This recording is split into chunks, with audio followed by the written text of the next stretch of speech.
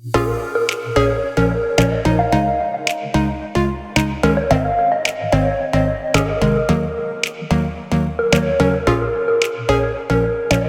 back to the Practical Church Podcast. My name is Dylan Dotson, and today I'm going to share with you 7 repeated ministry tasks that you should automate. 7 things that you probably do pretty often that you should automate, and explain how I do it myself. As always, this show is brought to you in partnership with Mission Support. Mission Support knows you want to be effective in ministry, but if you're like most pastors, you probably don't feel like you have enough time, energy, or expertise to get everything done.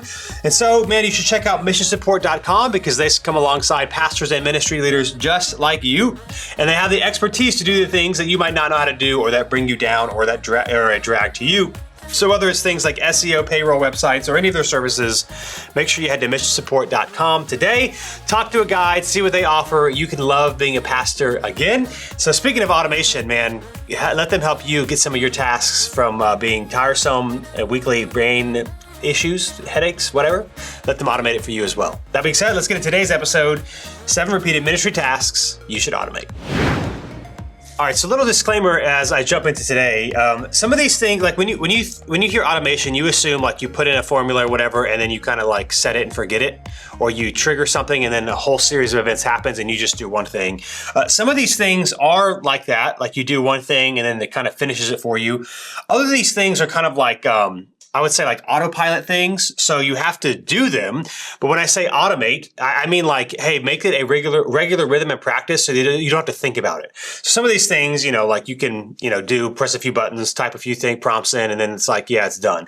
All of these things, like you have to do all the steps, but they should be automated so you're not thinking about them and that it just happens every single week or however frequently you have to do it. And so this episode is about 7 things that I do frequently, you do frequently, and it can save you a lot of time and mental energy if you're not trying to think about, hey, when should I do it? What should it look like? Make it look the same way every single week. So number 1, I want to talk about giving follow-up. There are 2 things that I would recommend that you would more so automate when it comes to giving follow-up. The typical thing everybody does is sending out a end of year giving statement. You kind of know you have to do it.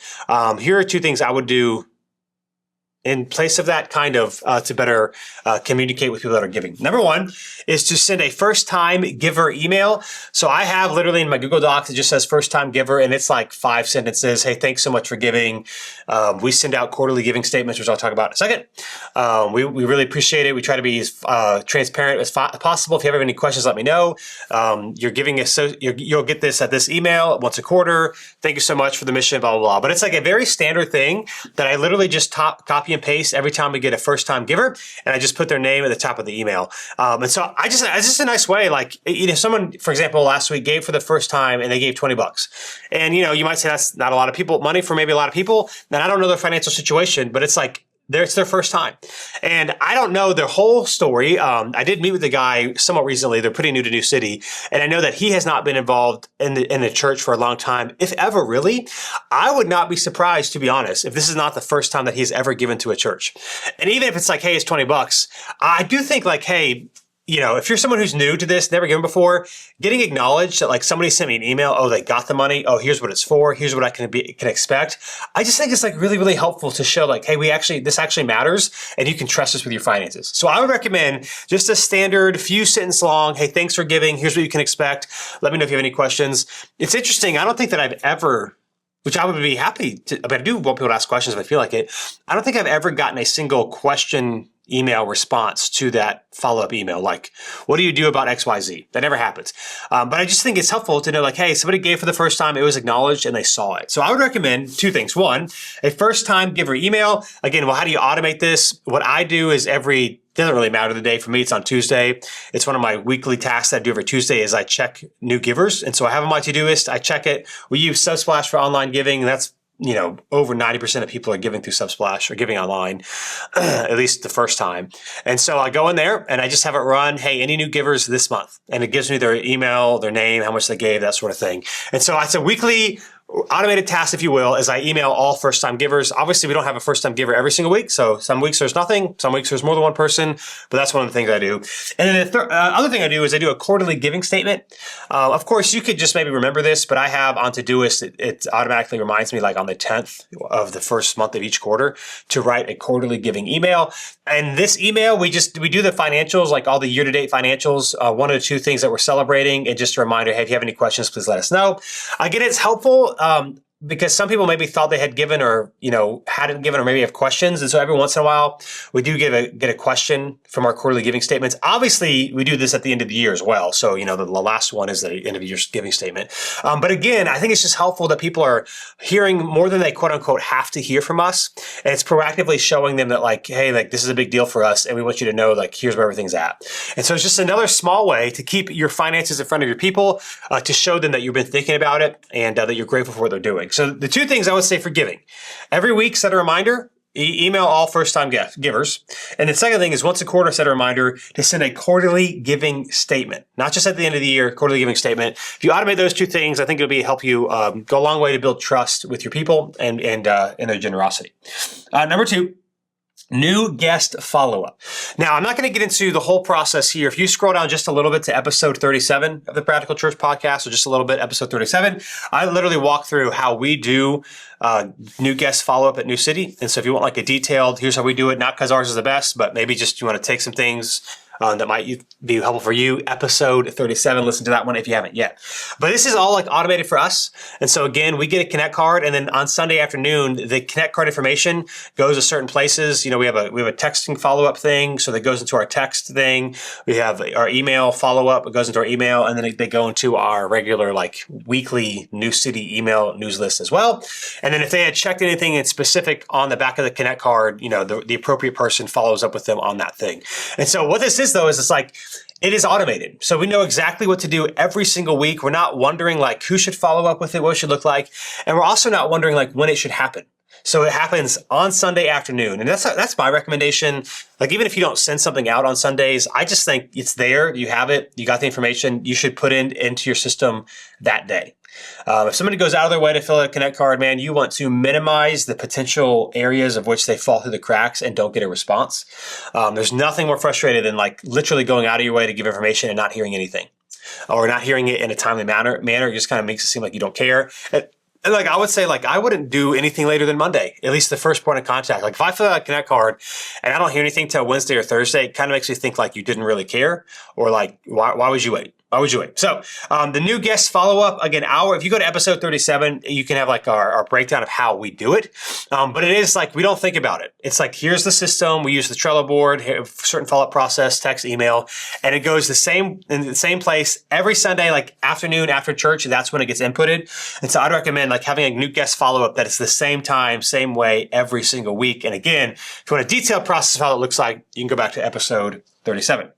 Number 3 is sermon prep. I know I spent a lot of time on this. If you scroll down a little bit further to all the way to episode 7, so not 37, but episode 7 of Practical Church, you can find my sermon prep routine. Again, not that mine's the best or awesome or anything like that. It just really works for me. And the reason I recommend that episode, if you haven't heard it, is that at least for you to begin to think through, if you preach with any consistency, what your regular rhythm of preaching process will look like, so that you're not thinking about it every week. You're not wondering when I should do it, or what time I should do it, where should I do it at, same time, same place every single week. And it really does like make a big difference. I think sometimes people struggle, for example, writing sermons, because you're staring at the white blank page because you haven't trained yourself like, oh no, I'm sermon writing now. Is the routine I'm getting into. Here's how I write sermons. Like if you don't have that, it's so hard. It is so much easier to get started when you have a routine. Like for me, I think I switched the day. It was Wednesday when I did that. Now it's Tuesday. Not that it matters. Like my main sermon study day. It's like a Tuesday morning, man. 8 o'clock in the morning, like when I start the sermon stuff, it's like I know exactly what I'm doing and I know exactly my routine. I have the same setup every single week and it doesn't move. People can't meet with me at a time. It's just like, it's a regular, on my calendar. Here's how it works. And it really reduces a lot of the stress and, I don't know. Anxiety might be too strong of a word, but that can come with sermon prep. Cause like, man, I have a system that I trust And I have a system that like my brain trusts. So like I'm not worried about it every week because I know it's going to get done at that allotted time. And so it needs to be automated. Man, if you write sermons regularly, it needs to be automated, same time, same place, same process every week, and it should not change. To whatever extent you can control it, man, it should not change if you want it to have better, consistent quality sermons and not be stressing out about it every week. So again, episode 7 is my walkthrough of what my process looks like, but it should be automated in the sense of like, you know exactly when and where and how it's going to look like every single week.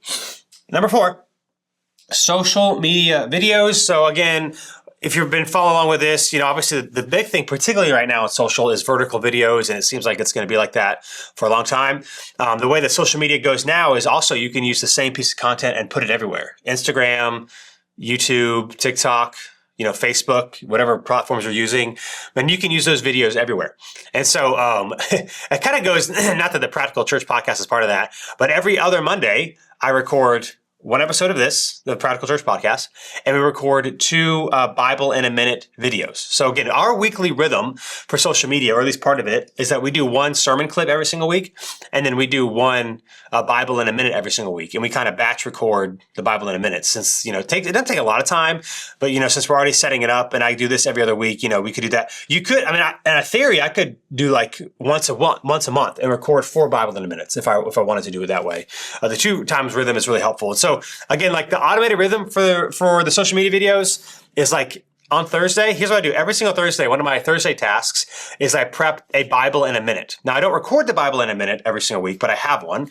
And so after 2 Thursdays, I have 2 Bible in a minutes. And then that following Monday, we come in here and we record them.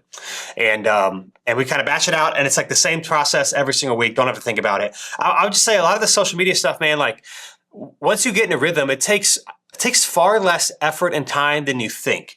Now, there might be a little bit of a frictional barrier to get started because you don't know the camera stuff or what to record, that sort of thing. But like, listen, like once you start, it does not take a lot of time. It does not take a lot of time. And of course, the vertical videos get the most amount of traction of anything that you and I post. And again, you get the added benefit of you can post them like vertical videos. We post them on Facebook, Instagram, TikTok, and YouTube. And like, there is maybe some Instagram, Facebook that might be a little bit of crossover in terms of like similar audience, but other than that, it doesn't. Again, our goal too is like for our people, it really isn't necessarily to go like viral or to like reach like a mass amount of people. It really is for our people, but you know, the side note is like you can make biblical content that other people can see by doing that as well. So number 4, social media videos. I would get into some sort of rhythm, like whatever you want to do. And of course, New City RDU, our stuff is not, I'm not saying our stuff's amazing, but if it can help inspire you or make you think through things, you can check out our channels. New City RDU is where we are. And we record those, again, every Thursday. I do a little Bible in a Minute. Does not take me very long. Try to find a Bible verse, you know, get some wisdom principles. And then every other Monday, we record 2 of them. And if there's anything else we need to record, we do it all at that same time as well. And then, of course, I do this. Practical Church Planning, Practical Church Podcast. This is happening right after we record those videos on a Monday as well. And you just don't have to think about it. Very automated social media videos. I'd recommend that for you as well. Let's see, 1, 2, 3, 4. Number 5 is website checks. So, you know, one of my little soapboxes, pet peeves, is like church websites that are like outdated and don't look good because it is the primary person that goes on your website is someone who's new. And so if it's outdated or looks bad, like it ain't helpful. Again, mission support, they help with websites. If you feel overwhelmed, make sure you can check it. You can go to mission support as well. Here's my big thing on websites. Every Sunday afternoon, I have, again, on my to-do list, a weekly reminder to go in and check a couple of things. Our online forms. So, you know, people can text in and do a digital connect card. And sometimes, and I get an email, and so does someone else on staff. We get an email, but sometimes the emails, I don't know, they go to spam, we miss them. And so I always make an effort to a couple of things. Number 1, I check any online connect cards. I also check like if somebody signed up for partnership or the weekender thing that we do, I just check like all of our signups. It takes me a couple minutes, not long at all, but it's like a weekly reminder. I check online forums. Also events. Now, this is, again, pet peeve for me is, I mentioned this at a somewhat recent episode. Our homepage of our website has our upcoming events, like the main upcoming church events. Now, if you're a large church, obviously you'd have to do this differently. I think most churches that are listening to this podcast probably could do this, and maybe should do this. On the homepage of our website, it has our upcoming events. Now, our website builder, how it works is as soon as the event is done, the event goes off the website. It's very, very convenient. Now, if yours doesn't do that, I would include that in the Sunday check. Like, hey, is there anything outdated on the homepage of our website? And that's when you change it. It's like every single week, you're not wondering, like, I'm going to check the website on Sunday to make sure that there's no events that are outdated and to make sure everything's up to date. So for me, again, every single week, because the website, only new people are primarily going to there. And again, if someone goes to your church, has been there for a while, they're more gracious if like something's out of date. They don't really care. New people, man, they really care, and it makes it seem like you don't care if it's outdated. So, if you got an Easter, Christmas thing, whatever, if you got like a pop-up announcement, like for example, our events automatically go away, but like our pop-up announcements might not necessarily. So if we've got something, for Easter coming up, whatever, on the website, I'll check that, make sure to take it off in a timely manner. And so I check the website. Any online texting, communication through your website, and make sure it's up to date. That's something that I automate every single Sunday just to make sure everything looks good there. And I would recommend that for you. And then last but not least, number 6, meetings. So again, I use Calendly, and this is pretty automated. Again, this isn't new. I've talked about this a lot. If someone reaches out to meet, or if I offer to meet with somebody, I use Calendly, and I literally just send them the link, and it just saves me a ton of time. I get maybe if you're a larger church, something like this probably isn't the best. Or if people, excuse me, like abuse it. I have only had like 1 or 2 people use it like on an unnecessary amount. And I think part of that, however, is, and I've shared with Calendly before, is Calendly syncs to my Gmail, or my Google Calendar rather. And there are, I have weekly things in my calendar already every week. So like sermon prep is already in there every single week. There are various things that are already in there, particularly in the mornings.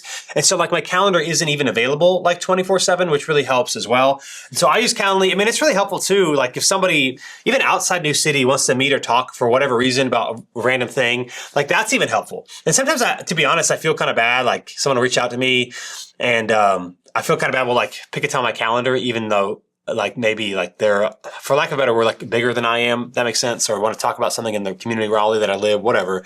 I'll like give them my Calendly email or Calendly link, and it's just so much quicker. Like I'm just like, hey man, pick a time. Probably the quickest way to do this if you just pick any time on my calendar that works for you, and it just saves so much time. Saves so much time, and it saves the back and forth. Like if somebody, for example, wants to meet and they reach out to me, I also can just send them the calendar, and like it is on them. Like I don't have to follow up 15 times. Like, hey, if you want to meet, like pick a time. Pick a time. It's really simple, and sometimes it's to the point now where if someone wants to meet or chat and we've met before, they'll just say, "Hey, can you send me your calendar link?" And it's just so much easier. They're going back and forth a million times. So I'd recommend like somehow automating your calendar invites. And again, my thing is, some people feel weird, it makes it feel bad, or they feel like they're more important or whatever, or maybe it feels impersonal if you haven't done something like this before. And I'm just telling you, nobody has ever complained, and it's made my life way easier. So I would highly recommend you automate your meetings. That would save you not just like, make it easier and more quick, but it saves you, man, so much time, so much emails. And again, for me, what's helpful is it takes away the back and forth on time. And it takes away the back and forth on location. So again, I pay like $12 a month, so it's well worth it for the location thing. So when someone wants to meet, not only do they pick a time, there's like a list of options that they have to pick to meet at, and so that also like saves a bunch of back and forth, and it saves me from like driving all over Raleigh, which I'm not necessarily against it. And sometimes I certainly will like drive further if I need to, but as a general rule, people drive to their doctor's appointments, to their dentist appointments. Like most people are happy and flexible. And maybe I would just say this too, like recently we had a guy who had not been in New City in like 8 months, and he really wanted to meet. And so we chatted for a little bit after Sunday. He really wanted to meet. Now, he went to lunch with someone else at New City, so he already had like a connection there that first Sunday back. And, right now, I mean, just to be honest, got kids, foster care, we got stuff going on in the church. Like our evenings, I don't really give an evening to someone who's new at New City. I'll give an evening definitely to someone who's been around at New City, been a part of New City, a couple, marriage counseling, that sort of thing. Happy to do so. But if somebody's new, I won't necessarily like do that in our season because it's just a lot. And, and so they really wanted to meet, but they could not meet between like 7 a.m. and 5 p.m. And so I basically said like, hey, why don't you just keep coming for a little bit, and maybe in a few months, maybe something will open up for me. But like right now, here's kind of like the general rule that I'll live by. And I just said like it's really helpful. It's really helpful for me just to know like because you can always make exceptions. In the age of our kids, we're fostering right now, church stuff going on. Like it's just like it's not a great season for somebody that might sound bad who's not like an active member of our church for me to like sacrifice an important evening, if that makes sense. Happy to do it for our people, but it's harder to do it for people who like may not be a part of New City, may not stick around, and now I'm like giving evenings away, and there's like not a lot of fruit, if that makes sense. So I think you understand what I'm saying there. All to say, like meetings, being on top of those things is really helpful. And so those are 6 repeated ministry tasks I recommend automating. Again, number 1, giving follow-up. I do first-time givers and quarterly giving statements, automate those. Number 2, new guest follow-up. You can see how we do it if you go to episode 37. Number 3, sermon prep. You can see how I do it if you go to episode 7. Number 4, social media videos, how I work on those and when we schedule to record them. Number 5, website check. So online forums, events, make sure everything's good to go every single week. And then number 6, meetings on Calendly. So today's ministry observation is this reminder. Listen, if you explain your decisions, most people do not care.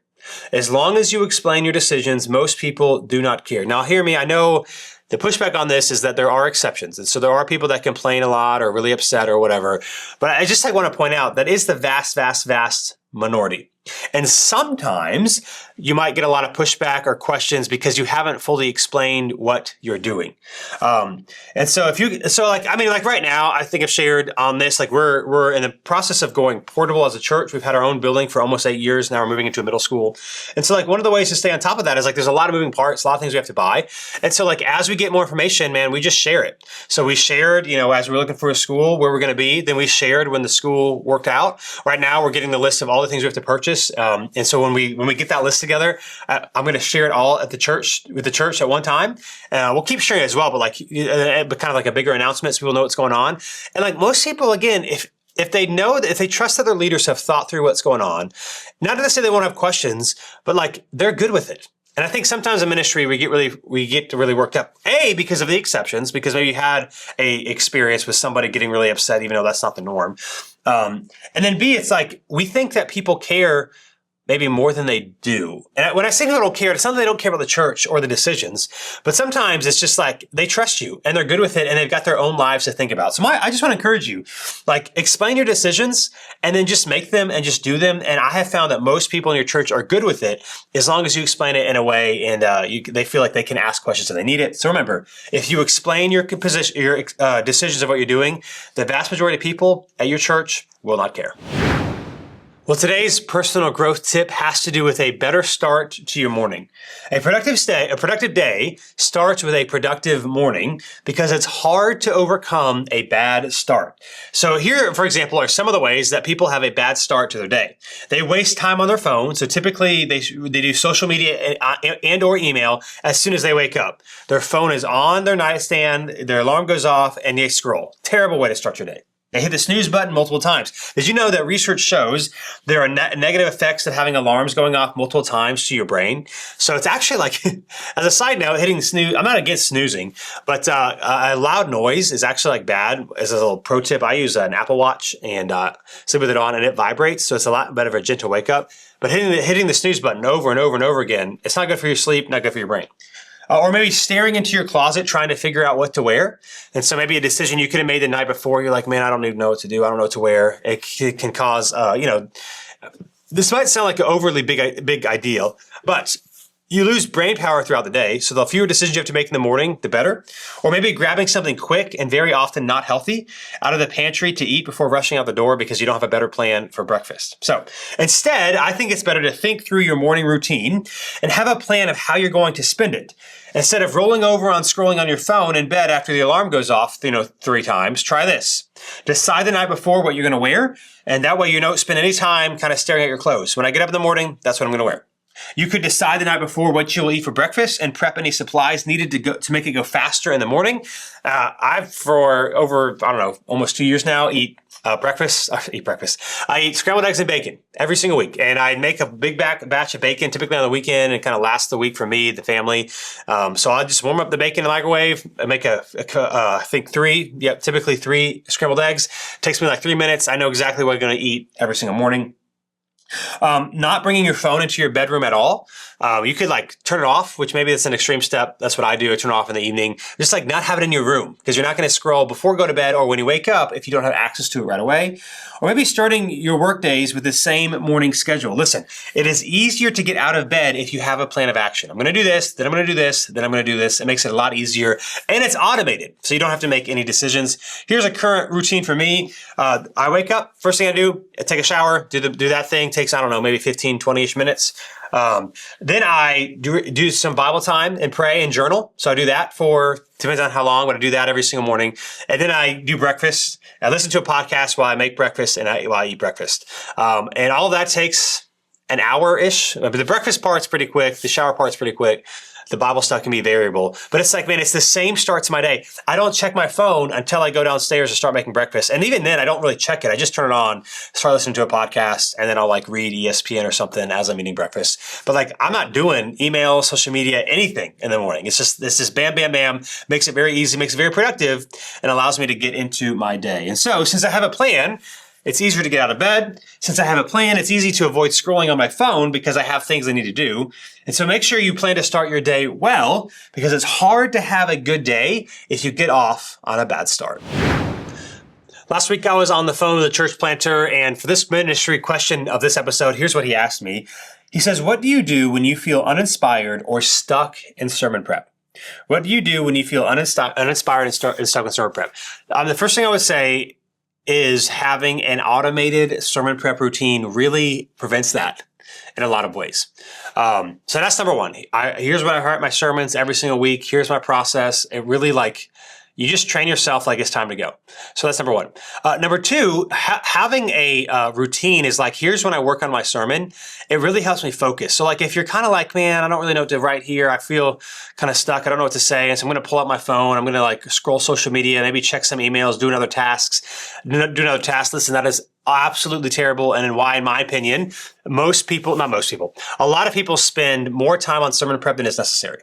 And so when you hear 20 hours of sermon prep, what that really includes is stuff like this. Hey, I got stuck. I got distracted.